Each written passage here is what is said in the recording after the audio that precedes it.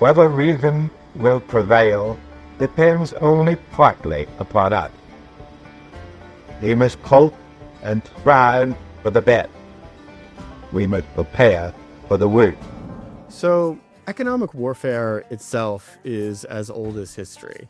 Anyone who studied ancient history is probably familiar with the fact that the earliest known use of sanctions was actually in 432 BC. On the brink of the Peloponnesian War, Athens imposed a trade embargo on the neighboring city-state of Megara.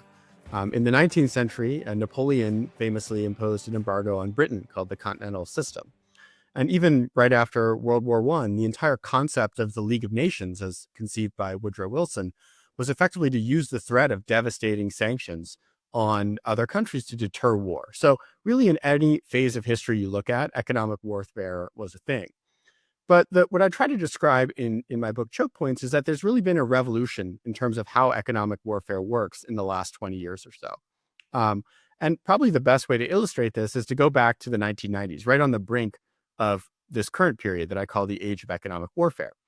The canonical case of sanctions in the 1990s was when the United Nations imposed an embargo on Saddam Hussein's Iraq.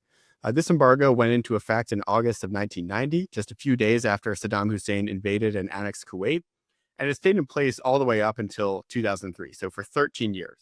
And the primary goal of that sanctions campaign was to stop Iraq from selling oil on the global marketplace.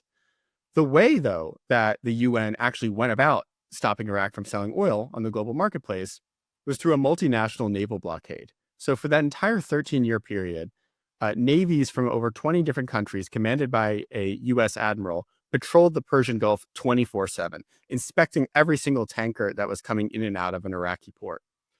So the reason I sort of bring that up is that even as recently as the 1990s, to impose hard-hitting economic warfare in a foreign country, you actually needed the deployment of military force. That embargo was commanded not by the Treasury Department or the State Department in the U.S., but rather by the Pentagon.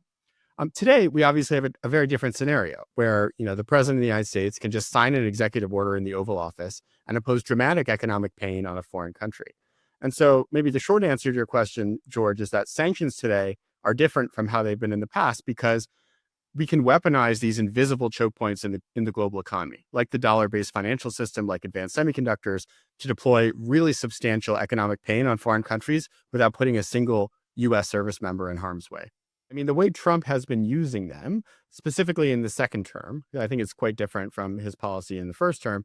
He has been using tariffs as just another form of geoeconomic weapon, right? I mean, tariffs do have multiple purposes. They're a little bit like a Swiss Army knife when it comes to economic statecraft. You could use tariffs as a form of taxation, right, to raise government revenue. And I think Trump's tariffs so far have actually proved that you can raise quite a bit of government revenue through tariffs.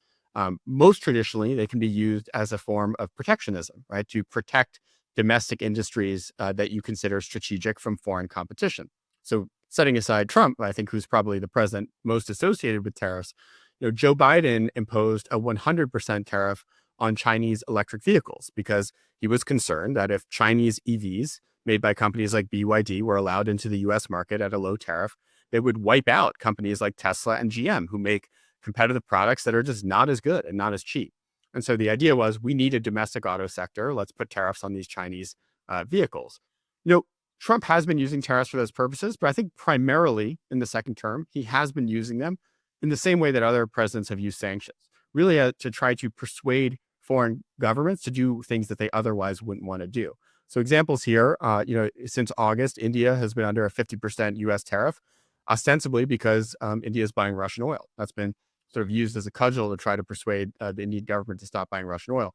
The caveat I would provide, though, George, is that, when you think about tariffs as an economic weapon, what you're actually exploiting is the U.S. as a destination for other countries' exports, right? Because tariffs are ultimately import taxes.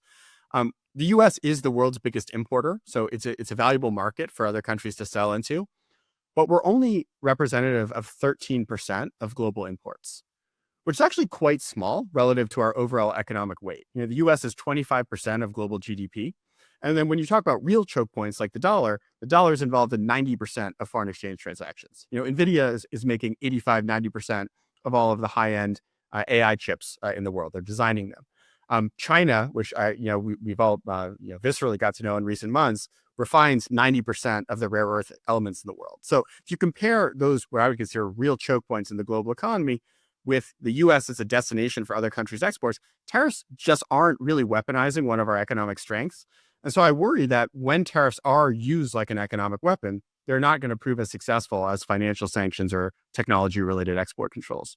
I think one of the most interesting parts for me of writing Choke Points was, there's a big section of the book that's all about Trump's first term, and specifically about the building of Trump's China policy, export controls on companies like Huawei, the tariffs that the U.S. trade representative in the first term, Bob Lighthizer, really pioneered, and something that, by virtue of speaking to over 40 of the main officials in the first Trump administration, and also my own service in government, I really agree with what you said, George. Is you've got a lot of cooks in the kitchen when it comes to economic warfare. A lot of the people may have different motivations for pursuing the policies that they have, and ultimately you wind up getting a bit of a hodgepodge. So I would agree. I think it does feel like the Trump administration has a lot of different purposes that they're attaching to the tariffs. But interestingly enough, when it comes to even issues like fentanyl, the objective feels like it's you're trying to apply pressure to governments like the Chinese government to ban the export of fentanyl precursors to countries like Mexico, right? So you're ultimately trying to exert leverage over the Chinese government, and so I do think it's another form of sanctions. At the same time, one of the few areas that the Trump administration has been quite aggressive on traditional financial sanctions is on fentanyl, because the Treasury Department has been deploying sanctions against Mexican financial institutions and other groups in Central and South America that are involved in the illicit narcotics trade. So yes, I think I would generally agree with George, and it's great to hear a perspective of someone who is actually on the inside.